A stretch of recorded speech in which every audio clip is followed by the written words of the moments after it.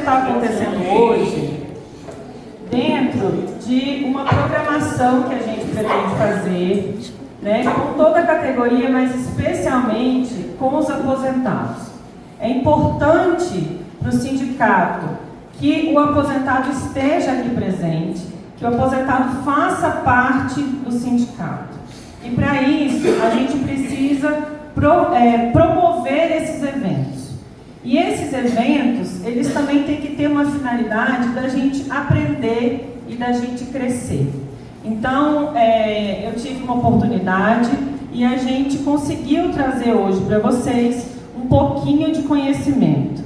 A gente pretende, ao longo da programação, né, de toda essa gestão, fazer esses encontros frequentes, trazer formação, trazer cursos, trazer palestras, para a gente poder conviver, conversar, agregar mais as nossas ideias, mas também aprender coisas novas. Então, esse é o sentido desse evento de hoje, que a gente possa festejar, homenagear e também crescer, aprender cada vez mais.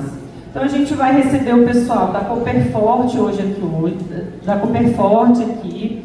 E aí a gente vai ter uma palestra que a gente conversou, muito importante, uma pauta muito importante para todos nós, mas especialmente para os aposentados.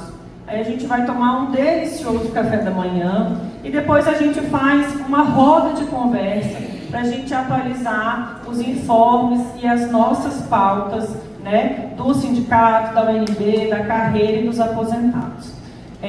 Logo após o café, o Dr. Valmir vem também para a gente conversar um pouquinho, para a gente ter esse primeiro contato e essa primeira troca que a gente espera que aconteçam várias vezes. Bom dia, pessoal. Bom, meu nome é Letícia, né? Eu faço parte hoje do time da Cooperforte e conversando com a Carla, né, quando a gente começou essa ideia de trazer um evento para cá hoje, de falar sobre educação financeira, ela falou que era uma vontade do sindicato trazer esse assunto, conversar com os aposentados sobre educação financeira. A gente entendeu que poderia ser uma oportunidade da gente mostrar a Cooperforte para vocês e principalmente falar desse tema que ele é super relevante, né? Como o diretor Mauro colocou, nós somos uma cooperativa. Então, quando a gente fala em cooperativa, em cooperativismo, a gente fala em ajuda mútua, a gente fala em troca, a gente fala de pessoas. Então, a gente se relaciona com pessoas, a gente pensa primeiro no associado, é lógico, somos uma empresa, uma instituição financeira, então a gente também visa bons resultados, mas como todos os associados são donos, esse processo ele é um ganho para todos, é coletivo. Então, a gente entendeu que o sindicato e o cooperativismo e a cooperativa são coisas que andam alinhadas, que levam ideias parecidas. Então, a gente entendeu que era uma oportunidade legal. E para falar de educação financeira, né, dentro da Cooperforte, a gente pensou quem são os nomes ideais para isso. Né? E aí, um dos melhores nomes dentro do nosso time, com certeza, é a Gisele e a Fabiana. Gisele responsável pela parte de recuperação de crédito, né, de retomada consciente do crédito. A Fabi responsável pela parte de fraude, de prevenção. Né? Então, a gente juntar esses assuntos para trazer para vocês. Eu também trabalho na área de crédito, né? Então, assim, na importância da tomada consciência de crédito, porque o crédito ele é importante se ele utilizado da forma correta, assim como o investimento. Então, a ideia é a gente trazer essas informações, não é uma palestra, é uma conversa, né? A ideia é a gente ser informal, a gente ter uma troca com vocês. Então, o microfone é só para que todos possam nos ouvir, mas a ideia é ser presencial, é ser perto, é ser próximo, e a gente poder trazer um pouquinho dessa experiência que a gente tem sobre educação financeira e também dividir, trocar e ter esse momento com vocês. Obrigada, Letícia. Bom dia, gente. Como a Lê disse, meu nome é Gisele e a gente veio conversar de educação financeira e é realmente uma conversa mesmo. Meu objetivo aqui hoje é falar de educação financeira de um jeitinho um pouco diferente. Eu espero me aproximar de vocês com essa conversa, que vocês também possam se aproximar da gente desse tema e a gente discutir um pouquinho aqui, acho que vai ser bem bacana, tá? O nosso tema aqui hoje é cuidar do dinheiro, é cuidar da vida, né? Cuidar de cada um de nós aqui. O dinheiro, na minha concepção, ele é uma parte da vida da gente. E às vezes a gente tem medo, né, de olhar para o dinheiro, o dinheiro nem sempre é uma coisa confortável. Muitas vezes a gente, quando está com problema financeiro, ou quando tem alguém que tem um problema financeiro próximo, o dinheiro às vezes gera um pouquinho de desgaste, né? Nem sempre é confortável, nem sempre é abundante, nem sempre a gente tem condições de olhar para ele com tranquilidade. E aí hoje a gente vai discutir como é que a gente faz para conseguir estratégias melhores, para olhar para o dinheiro de maneira mais tranquila, especialmente nessa fase de vida que nós estamos vivendo, né? A minha fase, a fase da Letícia, a fase de vocês, vamos olhar para isso e entender aonde o dinheiro se encaixa dentro das nossas expectativas e dentro de cada ciclo de vida, tá bom? E aí a gente vai conversar e falar sobre isso e trazer aqui para vocês. A aposentadoria normalmente é vista como o fim de um ciclo. Quando a gente começa a vida, quando a gente começa a trabalhar, normalmente os conselhos de um planejamento financeiro normal são, a gente vai construir a vida, a gente vai ganhar aquele dinheiro, a gente vai juntar para mais tarde se aposentar e usufruir. Mas cada vez mais, a aposentadoria, ela não tem sido o fim do ciclo, né? Porque a gente se aposenta, a gente quer fazer tantas outras coisas, né? A minha mãe é aposentada, meu pai hoje já é falecido, mas viveu também muitos anos aposentado. E após a aposentadoria, eles tiveram que se reinventar, vão fazer outras coisas, tiveram novos ciclos. A aposentadoria não chegou exatamente como o final do planejamento financeiro somente, né? Era o momento em que a gente vai se verificar naquele novo ciclo, verificar o que mudou na vida da gente e reaprender a viver de acordo com aquelas expectativas novas. Isso faz sentido para vocês? Vocês passaram por isso quando se aposentaram ou não necessariamente? Quando saíram da vida ativa e foram para a aposentadoria, vocês sentiram essa diferença? De como é que foi a vida assim antes e depois ou não? Continuaram na mesma toada, não foi tão diferente? Continuou porque já tinha um planejamento prévio. Já estavam ali, né? Mas o planejamento incluiu essa fase para dar seguimento, não como final, né? É isso, é essa expectativa de quando eu me aposentar, eu vou fazer o quê? Como é que vai ser a minha vida na aposentadoria? De como é que eu vou usufruir do tempo e das minhas habilidades, né? Porque vocês, assim como disse a Carla aqui, vocês viveram a vida contribuindo com a universidade, servindo as pessoas, servindo quem estava aqui, né? E fazendo com que essa universidade estivesse de pé, assim como ela está hoje, tantos outros vieram depois de vocês, né? Então, certamente, esse planejamento financeiro, ele chega no ponto de dizer, após a aposentadoria, como é que eu quero viver a minha vida? Como é que eu quero usufruir disso, né? Como é que eu quero que a minha vida seja após a aposentadoria, depois de ter entregue tudo que eu entreguei para a sociedade, né? E aí a pergunta que eu conversei, inclusive, com as meninas hoje mais cedo é, quantos anos mais a gente quer viver? Isso não é só para vocês, não. Eu me fiz essa pergunta também, bem recentemente, por isso que eu trouxe ela hoje para cá. Eu tenho 45 anos. E pensei, quantos anos mais eu quero viver? Quando a gente, às vezes, eu queria começar uma graduação nova, quando eu fiz essa reflexão, né? E a primeira coisa que eu pensei foi, tô velha para começar a estudar de novo, né? Vou fazer outra graduação, já terminei, vou começar de novo, essa altura da vida, com os filhos já... Tenho filhos grandes, tenho filhos pequenos, né? Nós temos 5 crianças em casa. Crianças é exagero, né, gente? Meus filhos estão grandes já. Mas a minha pequenininha tem 8 anos. Então eu pensei, vou estudar, não, mas começar de novo nessa altura não vai ser bom para mim, vou começar a estudar todo dia na faculdade, não vai ser legal. Aí eu pensei, gente, se eu for viver até os 90, eu vou viver mais 45 anos. Estou na metade da minha vida. Dá para fazer, sei lá, quantas graduações, né? Daria para fazer tudo de novo. Daria, se eu tivesse essa escolha, eu poderia, sei lá, começar a vida toda de novo, que é a metade da minha vida. E da mesma forma, eu imagino que assim, às vezes a gente não faz essa pergunta, mas independente da idade que a gente tenha, a gente pode pensar quantos anos de vida eu ainda me vejo vivendo, quantos anos de vida eu ainda tenho pela frente.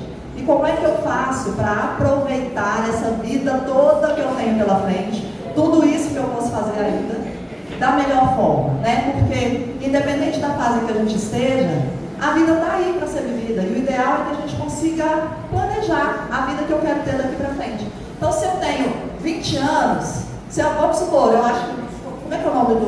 Como é que é o seu nome? Bené. O Bené disse que tem 70, Bené? Tá pertinho, não chegou, né? Mas você acha que você vai viver quantos anos ainda, Bené, daqui para frente?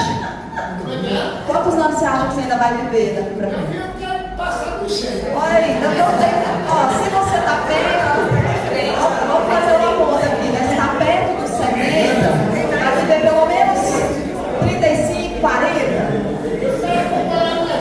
Faz 100.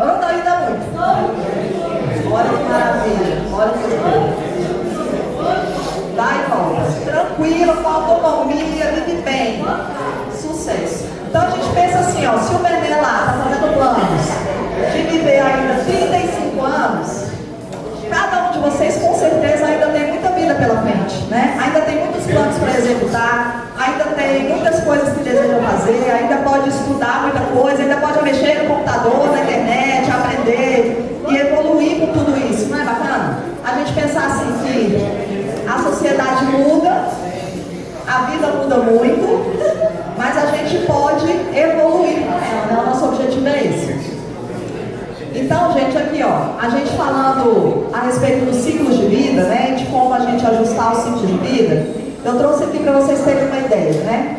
Quando a gente começa a vida, a gente normalmente está ali no ciclo de construção. Quer dizer que a gente está iniciando no mercado de trabalho, a gente está começando a criar os filhos, ou a gente está formando família naquele momento, então a gente está construindo a vida. Conforme a gente vai andando, eu vou expandindo aquilo que eu comecei, né? Então eu começo a fortalecer a minha carreira, eu começo a saber exatamente para onde eu quero ir, os meus filhos também começam a se encaminhar. Se eu escolhi ter filhos, se eu escolhi não ter filhos, eu vou escolher os meus projetos e verificar como é que aqueles projetos vão impactar na minha vida.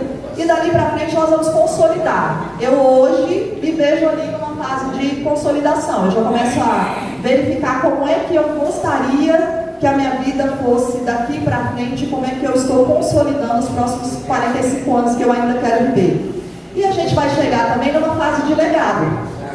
Então muitos de vocês também hoje já podem estar aqui nessa fase de legado. Que quer dizer o quê? É quando eu escolho o que realmente eu quero deixar e fazer com que as pessoas tenham de mim.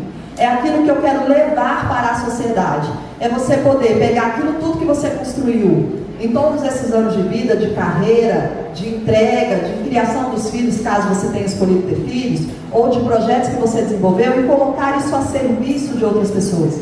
Talvez vocês já estejam nessa fase de legado há muito tempo, né? Porque já estão exercendo isso aqui na UNB, talvez já deixando para a sociedade aquilo que para vocês é relevante, aquilo que é a maneira como vocês vivem e se exercem no mundo, né?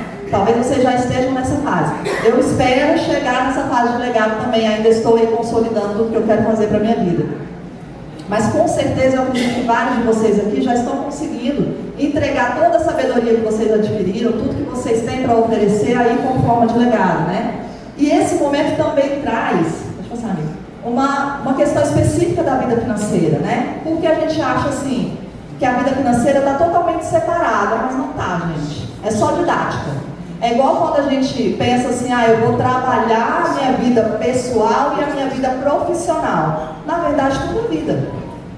Não interessa se ela é pessoal ou se é profissional, tudo é vida. É como eu gasto meu tempo, é como eu entrego meu tempo, é como eu vivo, seja trabalhando, ou seja na minha casa, ou seja no meu grupo de amigos, ou seja no meu trabalho, ou seja nas pessoas com as quais eu convivo, né? Então, é tudo vida. A gente só divide por uma questão didática para poder verificar como é que eu vou exercer cada um desses papéis que eu assumi comigo e para com os outros, né? Mas a vida financeira é do mesmo jeito. Também é vida. A vida financeira vai impactar na maneira como eu vivo os meus relacionamentos, vai impactar na maneira como, se eu tenho ou não possibilidade de usufruir mais do que eu faço ou menos do que eu faço, se eu às vezes tiver com um pouco mais de problema financeiro naquele momento, se o meu salário não estiver comportando 100% das minhas expectativas de pagamento, né? Eu posso talvez ficar um tempo limitado. Ou se eu tenho filhos, por exemplo, ou se eu tenho sobrinhos, ou às vezes os irmãos estiverem precisando de alguma coisa e eu estiver socorrendo aquela pessoa no momento de dificuldade, isso também vai impactar a minha vida nos outros planos que eu teria. Então, a vida financeira ela está ali permeando todos os outros aspectos. A gente separa porque às vezes a gente tem um pouquinho de medo, a gente demora para ter contato com esses aspectos financeiros. Mas é tudo parte da vida da gente e é bom que a gente consiga olhar isso por outro aspecto. Então, quando a gente fala de dinheiro, eu poderia trazer para vocês aqui só aquela frase básica de planejamento financeiro, que seria assim, você sabe quanto você ganha, você gasta menos do que ganha e você junta um pouquinho. Esse todo mundo aqui já deve ter ouvido em algum momento, certo? Normalmente é o plano básico. Você sabe que você gasta X, você ganha X, gasta um pouquinho menos do que aquilo, guarda um pouquinho e faz uma reserva. É errado isso? Claro que não. Não é errado, é o caminho certo. O ideal é que a gente consiga viver dessa forma, que a gente consiga fazer reserva. A reserva traz tranquilidade, a reserva faz com que a gente possa se organizar melhor. Mas será que essa fórmula sempre é possível? Ou sempre pode ser feita de maneira linear a vida inteira? Nem sempre, né? Nem sempre a gente consegue. É igual quando a gente quer emagrecer, né? Dando um exemplo aqui para vocês, a gente pensa assim, emagrecer normalmente é o quê? Você sabe quanto você gasta para viver de caloria, de energia, come menos, se exercita, perdeu peso. Mas é sempre assim? Não é. Às vezes a gente faz as coisas certas e o peso não perde exatamente como a gente gostaria. E às vezes mesmo sabendo que eu não posso comer aquele docinho, ou que eu não posso comer aquele pudim depois do almoço, às vezes eu como. Por quê? Porque a vida não é linear. A vida, aquele dia, comer aquele docinho para mim é importante, porque eu estou precisando um pouquinho daquele carinho que às vezes o doce me dá, ou às vezes aquele doce tem uma lembrança para mim que é importante ser suprida. Às vezes eu vou fazer um docinho para alguém que vem na minha casa, a pessoa vem, eu como com ela. Então, parece que é uma fórmula racional, mas não é.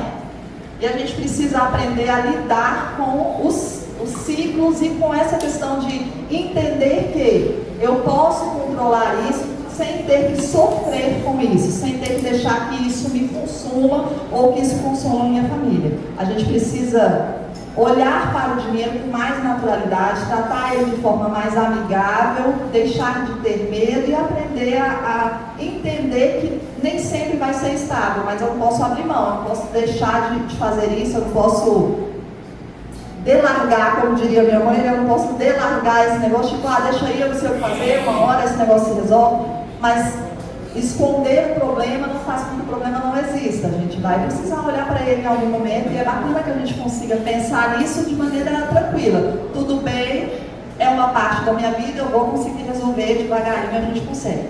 E aí o que eu trouxe para vocês aqui, para a gente sair um pouquinho do planejamento muito tradicional, é a gente pensar o seguinte: o dinheiro, ele é relacionamento. Por que eu estou dizendo isso? Porque a gente gasta dinheiro com pessoas. Como assim, Gisele? Eu gasto dinheiro porque... Gisele, sou eu, gente. Já falei, mas acho que a Alex falou e eu passei, né? Mas eu sou a Gisele, tá? Então assim, a gente gasta dinheiro com pessoas. O que eu quero dizer com isso? Na minha casa eu disse para vocês, a gente tem 5 filhos, né? Não bastava ter a gente resolveu ter 5 filhos. É muito mesmo, gente, são 5 meninos.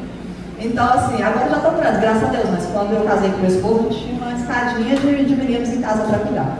E a gente gasta dinheiro, primeiramente, com os filhos, né? Na maioria das vezes, a gente gasta dinheiro com os filhos.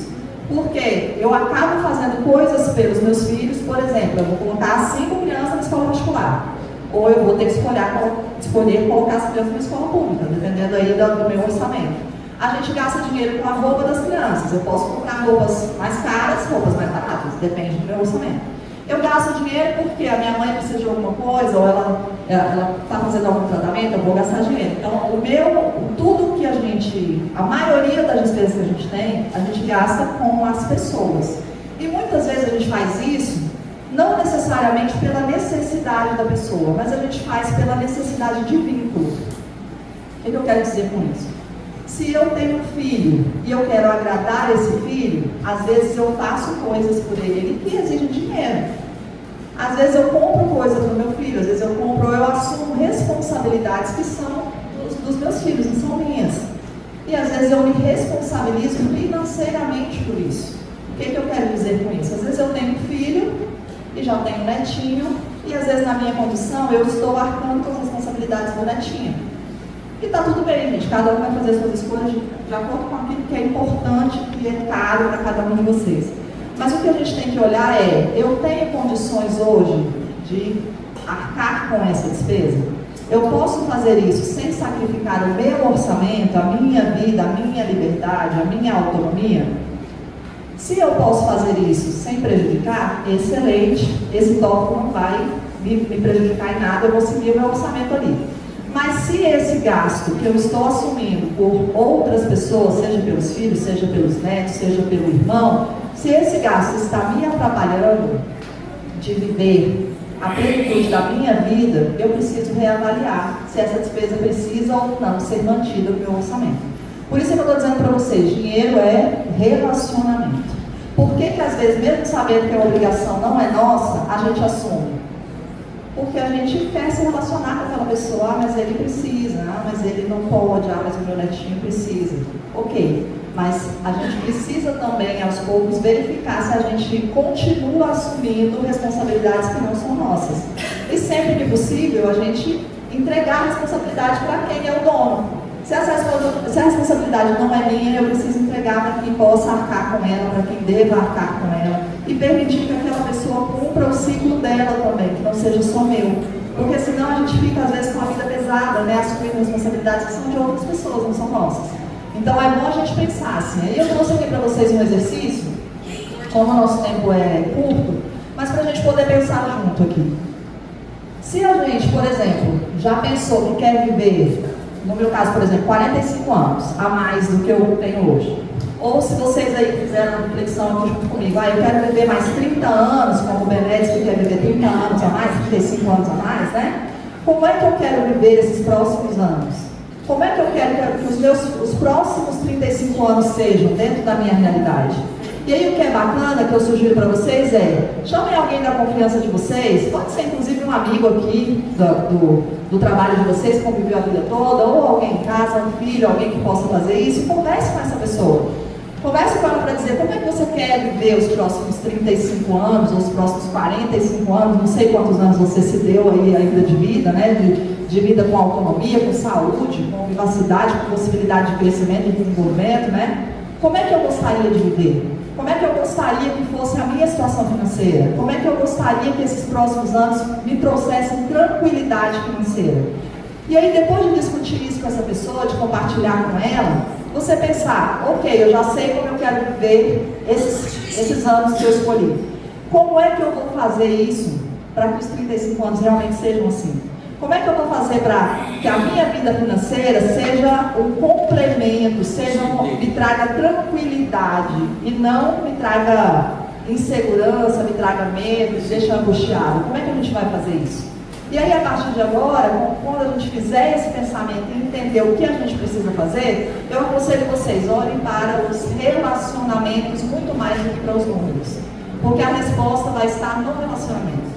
Como é que eu vou fazer para que essas pessoas que hoje talvez ainda dependam de mim, elas consigam ganhar asa e voarem sozinhas? Como é que eu vou fazer para permitir que essas pessoas também façam a vida delas, que elas também sigam o caminho delas, que elas tenham autonomia para que eu tenha tranquilidade? Tranquilidade de viver toda a vida que eu escolhi viver. E eu acho que essa é uma reflexão, se vocês fizerem, eu já vou ficar feliz, já vai ter valido a minha vida aqui. Certamente eu acho que já vai permitir que vocês pensem sobre isso e pensem como é que a vida da gente pode ser bacana, pode ser leve, se a gente realmente fizer escolhas mais conscientes e entender que os relacionamentos da gente influenciam muito mais na vida financeira do que o que a gente pensa. E aí, assim, a última pergunta ali é essa que eu fiz, né? O que me dá paz? Financeiramente, o que me deixa em paz? Hoje eu não estou em paz, José, estou com um problema aqui, tenho coisa para pensar. Ok, não precisa ficar triste por isso, nem se martirizar, nada disso. É só entender assim, hoje, a foto de hoje é essa aqui. Mas eu tenho 30 anos, eu tenho 45 anos, como é meu caso. Ou eu tenho, sei lá, não sei quantos anos cada um de vocês escolheu. Mas eu tenho uma vida inteira ainda pela frente. O que vai me dar paz nos próximos 30 anos? O que vai me dar paz nos próximos 45 anos? E aí, gente, é só construir, porque são pequenas ações que vão levar a gente a chegar nesse lugar de paz na vida que eu escolhi ter daqui para frente. Você já tem uma história linda, já tem uma bagagem enorme para compartilhar, eu tenho certeza que você já tem feito isso. E o nosso objetivo aqui é só trazer uma pitadinha para que vocês possam daqui para frente construir ainda vidas muito melhores, muito mais amplas e muito mais prósperas do que vocês já têm, eu tenho certeza absoluta disso. E aí nós vamos trazer para vocês, a Letícia vai trazer para nós aqui agora, além dessas ações que são mais de reflexão, a gente conseguir pensar o seguinte, quais são as ações práticas?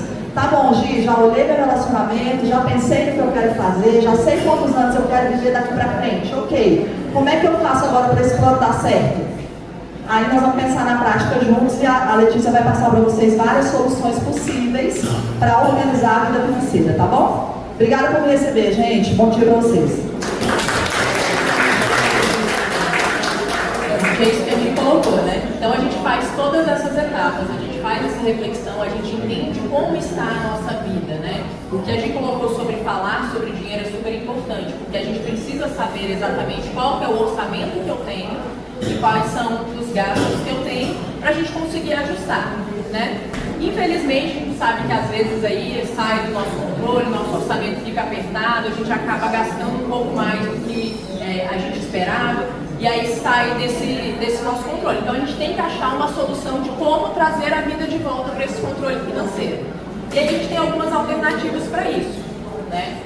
O primeiro passo é a gente ver qual é o nosso endividamento. Então, planilhar lá, escrever numa folha de papel tudo que deve. Eu pago parcela do carro, eu pago parcela da minha casa, eu pago parcela de um empréstimo, eu tenho um desconto de plano de saúde. Todos os gastos que a gente tem ali, a gente tem que saber o que é. O que eu gasto todo mês? O que é gasto fixo que eu tenho?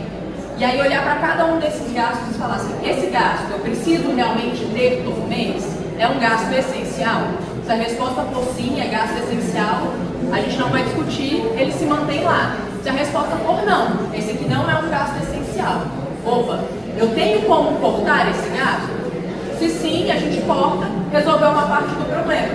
Não tenho, é uma parcela de um empréstimo, é alguma dívida que eu tenho que eu preciso organizar.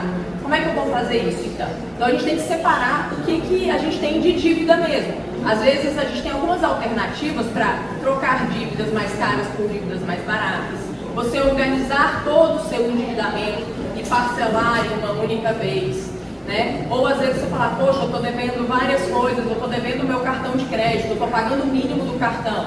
Pagar o mínimo do cartão nunca, gente. A gente não pode pagar o mínimo do cartão porque os juros são abusivos. Então, às vezes, compensa mais liberar uma outra operação de crédito do que pagar o mínimo do cartão, porque você vai pegar taxa de juros menores, né?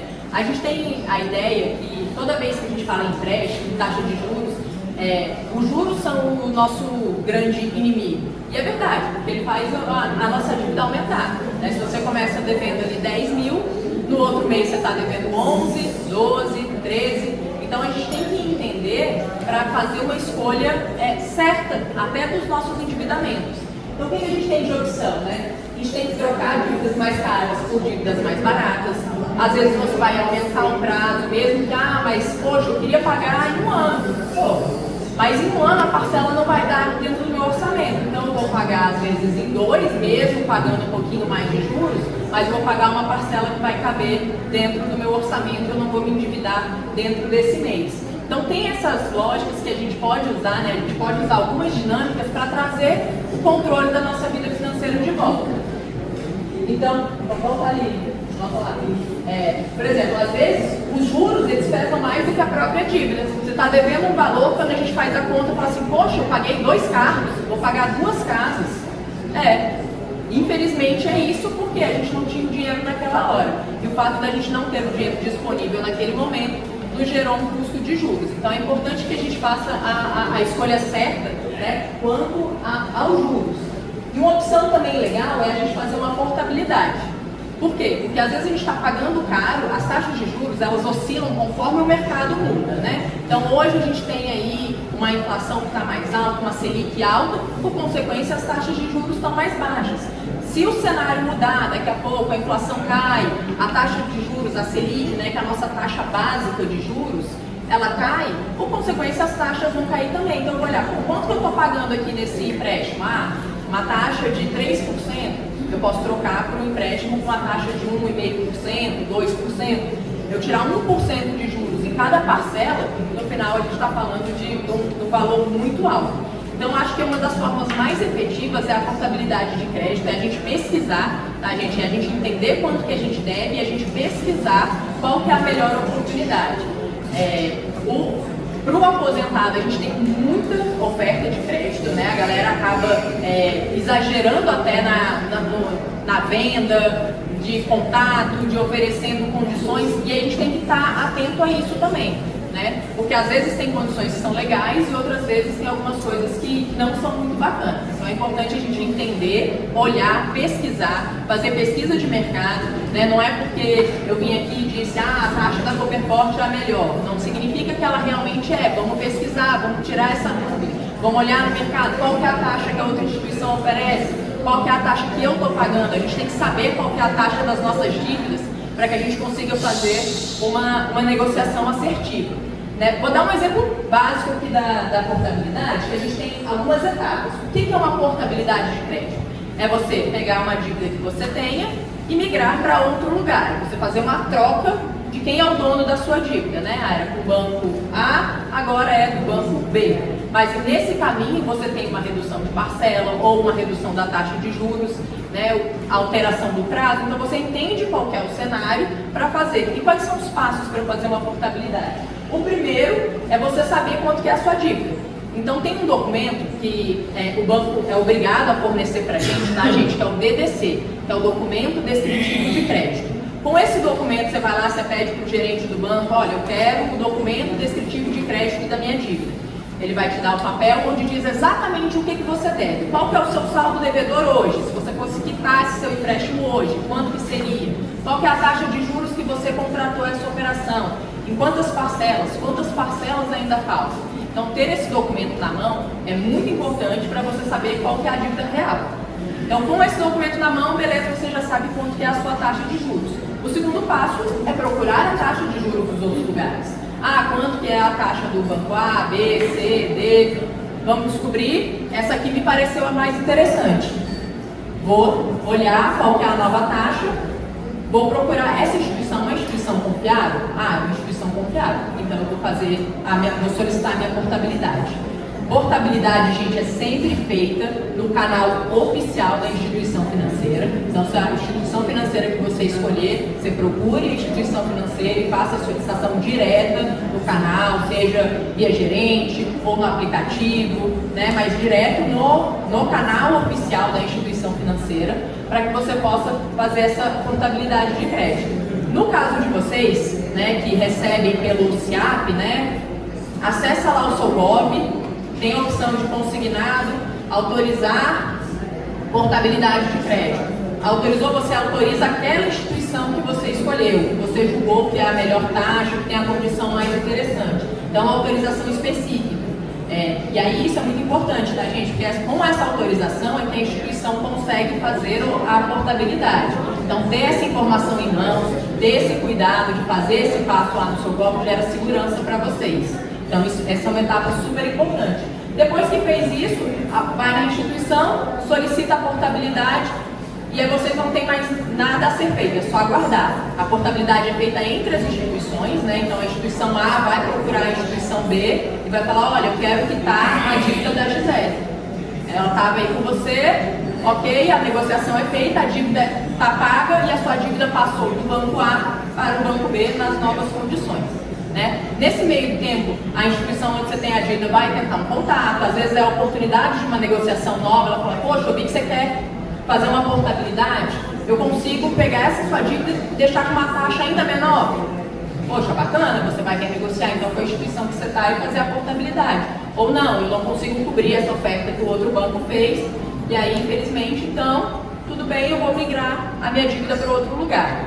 Então, seguir esse rito, aproveitar a oportunidade de negociar, né? Porque para a instituição financeira, o empréstimo ele é importante. Então, ela vai tentar segurar aquela operação ali, ela vai tentar negociar e a oportunidade de negociação. É igual quando a gente negocia qualquer coisa na nossa vida. Portabilidade de crédito é igual portabilidade de telefone, portabilidade da TV a cabo, que a gente troca de uma operadora para outra. É a mesma coisa, só que a gente troca de um banco para o outro. Aqui um exemplo, gente, na prática aqui, ó, da portabilidade. Hoje, de acordo com a informação do Banco Central, a taxa média de juros de um empréstimo consignado é 3,04%, a taxa média, tá? Isso comparando todas as instituições. Ou seja, se a gente tiver um empréstimo no valor de R$10 mil, uma taxa de 3,04%, significa que em 36 parcelas, a gente vai ter 36 parcelas de R$ 460,78. No momento que a gente solicita uma portabilidade, reduzindo uma taxa, e aí aqui está, gente, eu trouxe o exemplo da taxa da Cooperforte, mas pode ser para qualquer instituição. Fiz uma portabilidade do mesmo valor, porque a portabilidade ela não tem liberação de recurso, tá? Isso é super importante a gente saber. A dívida que você tem que vai ser migrada, ela não libera mais dinheiro. Depois que já está lá na outra instituição, você pode fazer uma nova liberação. Mas na portabilidade em si, é exatamente o saldo devedor. Então, você tem lá os mesmos 10 mil, com a taxa aqui de 1,55, já seriam 36 parcelas de 364,19. Ou seja, Só por fazer uma portabilidade, por buscar uma oportunidade melhor, você já tem uma economia aí de R$ 96,59 em cada parcela. E quando a gente olha isso ao longo do empréstimo, a gente está falando ali de R$ 3.477,24, ou seja, R$ 3.500 aí que você deixou de pagar de juros. Dinheiro que vai voltar no seu orçamento mensal. Então é muito importante a gente entender qual que é a nossa dívida, negociar as nossas dívidas.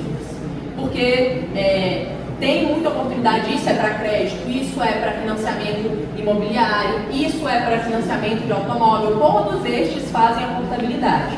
Então essa é uma oportunidade muito boa que a gente tem de renegociar, de diminuir a nossa taxa de juros e por consequência pagar um valor menor de parcelas. Então assim, se tivesse uma dica, né, que eu pudesse dar para vocês sobre organização financeira, é saber quanto a gente deve e negociar as nossas dívidas.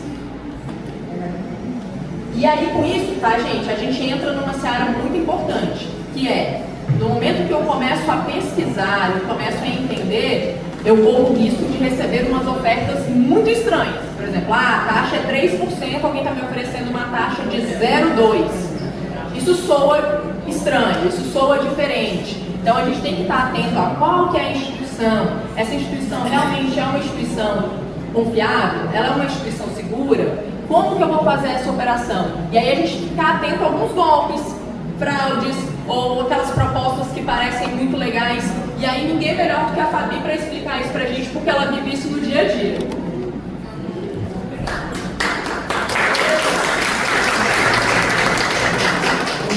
Bom dia, eu sou a Fabiana, responsável pela área de prevenção a fraudes lá da cooperativa.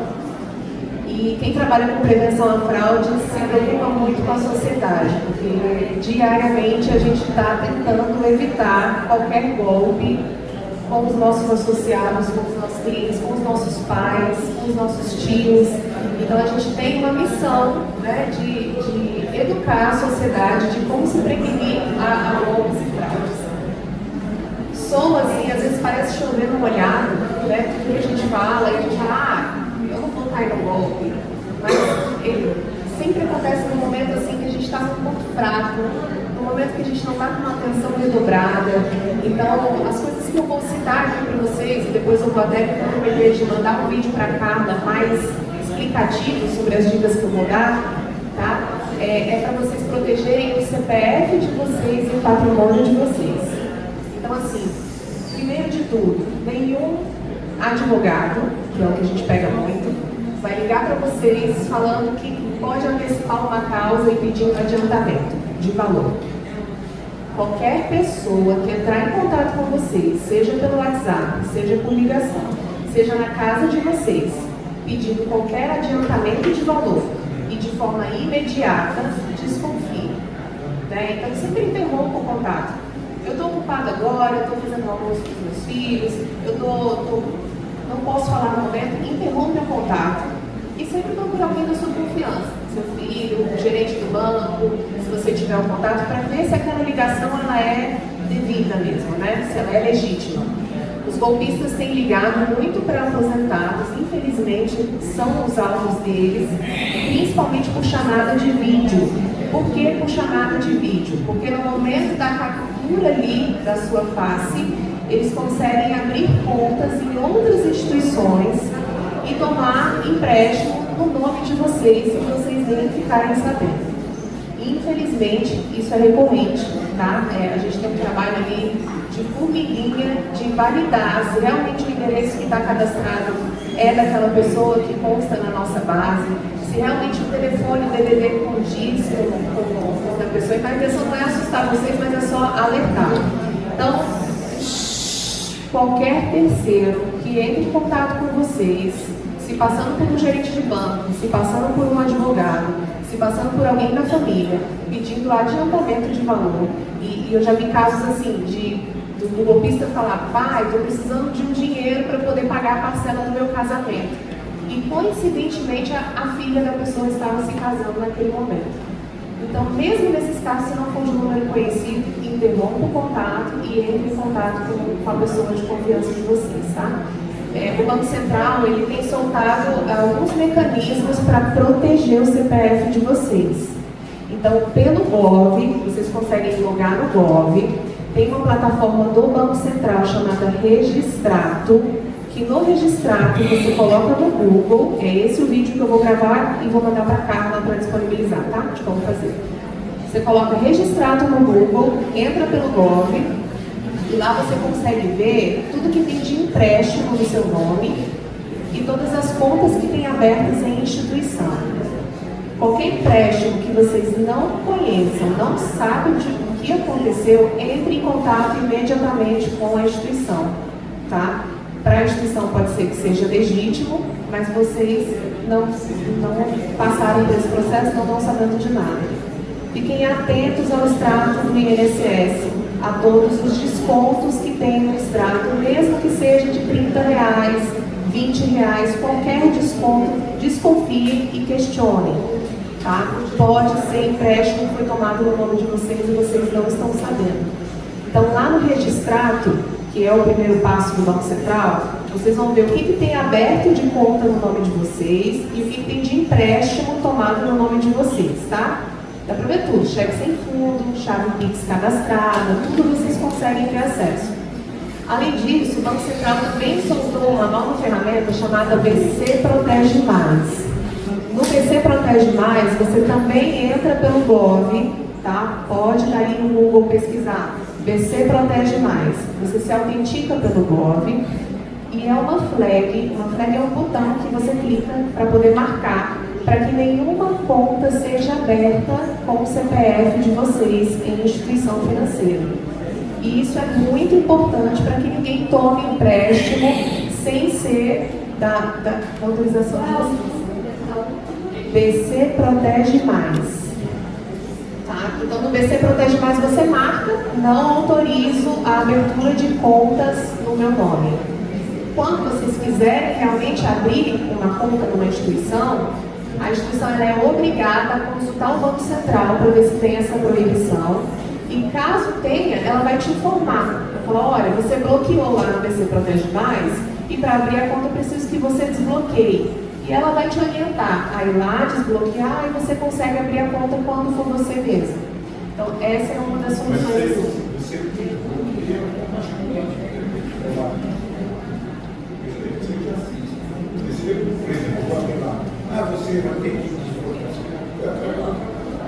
Não, a instituição não pode desbloquear por você. Você pode. Isso. Então, inclusive, você pode deixar um prazo lá que você quer ser desbloqueado, se você está abrindo a conta da instituição, tá? Então, Registrato, para ver se tem algum empréstimo no nome de vocês, ou alguma conta aberta e devida, BC Protege Mais para proteger o CPF de vocês. Além disso, tem o REDSIM, que é da Receita Federal. No REDSIM você cadastra o seu CPF, ou ele já está linkado, desculpa, você entra pelo Gov também, e você bloqueia a abertura de empresas utilizando o seu CPF. Tá? A gente tem visto muita empresa utilizada para fraude, com criação de CNPJ, utilizando CPFs de aposentados. Então, de novo, a intenção não é assustá-los, mas que vocês estejam atentos a qualquer contato estranho ou a utilização dos dados de vocês de forma indevida. Então, o REDSIM, você também pesquisa no Google, é o terceiro passo ali, ó, REDSIM, pesquisa no Google, entra pelo Gov também, e também é uma flag que você vai marcar proibindo a abertura de empresas utilizando o nome de vocês como laranja. Tá? Aí, além disso, sempre estar atento, né, gente? Porque, igual eu falei, ao contra-cheque de vocês ou qualquer desconto que faça. Infelizmente, a gente também vê pessoas que são da confiança do aposentado, que acabam tomando crédito sem o aposentado ter conhecimento. Então, assim, apesar do Daniel ter falado sobre a tecnologia nesse ponto ajuda muito a instituição financeira a proteger vocês. Porque a gente faz a validação da face. Quando você vai tomar um empréstimo, a gente pede uma selfie, a liveness, que é o que a gente chama. Aquela liveness é uma prova de vida. Então eu vejo se a pessoa está viva, se não está utilizando uma inteligência artificial, e eu confiro se aquele CPF bate com aquela pessoa está informando. Então, essas soluções que as instituições financeiras trazem, elas vêm para trazer segurança para vocês, e muito mais pelos aplicativos. Tá? Hoje o celular é algo que a gente consegue monitorar de forma 100%. Então eu consigo ver de onde você está acessando, se é do seu endereço mesmo, se é você que está acessando, se é a sua rede Wi-Fi. Isso tudo ajuda a gente a proteger vocês de cair em qualquer golpe. Aconteceu, caiu no golpe, fiz a transação ali, estou com aquela angústia de que pode ter sido alguma coisa de fraude. A instituição financeira, ela tem, se for por Pix, tá, ou cartão de crédito, ela tem a obrigação de abrir um MED, que é um mecanismo especial de devolução, junto a outra instituição financeira que recebeu. A partir do momento que a pessoa entra em contato com a gente e fala caiu no golpe, eu já comunico imediatamente a outra instituição financeira e peço a devolução do valor, falando que foi uma fraude. Então, a outra instituição financeira, ela vai consultar o saldo naquela conta que recebeu o valor e vai devolver se tiver valor, né, do que você caiu no golpe. Tudo isso demora um prazo aí de 7 dias, tá? A instituição financeira, ela tem a obrigação de abrir imediatamente, mas a outra ponta tem até 7 dias para analisar. Só que enquanto ele está analisando aqui, ele já tem que bloquear o saldo, tá? Não pode bloquear no último dia, senão o fraudador vai lá e raspa a conta e você não consegue recuperar. Tem chance de recuperação? Tem, se vocês ligarem o quanto antes, tá? Não adianta ligar depois que 30 dias ou 10 dias de que caiu no golpe, infelizmente, porque aí ele já vai ter levado o valor para outro lugar. Mas imediatamente se ligar, a gente tem conseguido recuperar sim, tá? A gente pegou associado que tinha um golpe de falso advogado e a gente conseguiu recuperar 50 mil que ele fez para o fraudador. Então, isso me dá uma alegria no meu dia quando eu consigo recuperar valor de fraudador. Então é isso, tá? A gente está à disposição, me comprometo mesmo a mandar esse vídeo para vocês blindarem o CPF e os dados de vocês. Infelizmente, todo mundo tem dado vazado para fraude.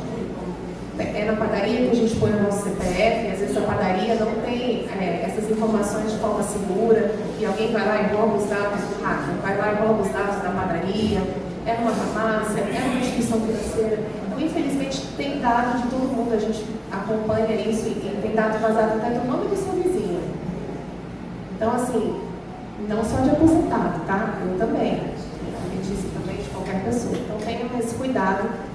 Desconfiem do imediatismo, tá?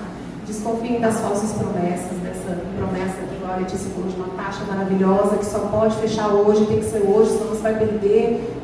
Ou é o gerente tentando bater meta e pensando dele, infelizmente, né? Isso acontece, ou é o fraudador tentando usar o recurso de vocês. É isso. Tem alguma dúvida? Estou à disposição de vocês.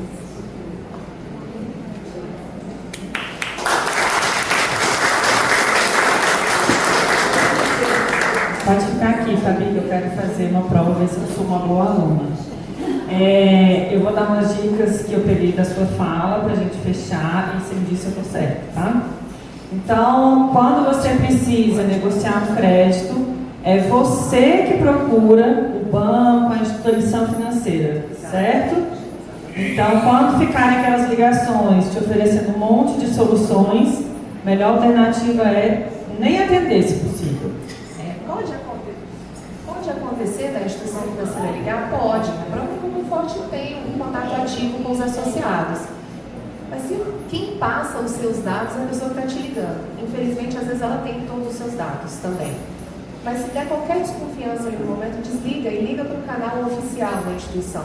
Vai ter um 0800, vai ter o telefone do gerente que você vê dentro do app da instituição financeira. Sempre eles colocam o telefone do gerente, uma opção de chat ali, de conversa por dentro do canal, mas sempre procura o canal oficial da instituição, com qualquer desconfiança. Tá? Chamada de vídeo só de números conhecidos e salvos. Não é isso? Para não ter reconhecimento facial.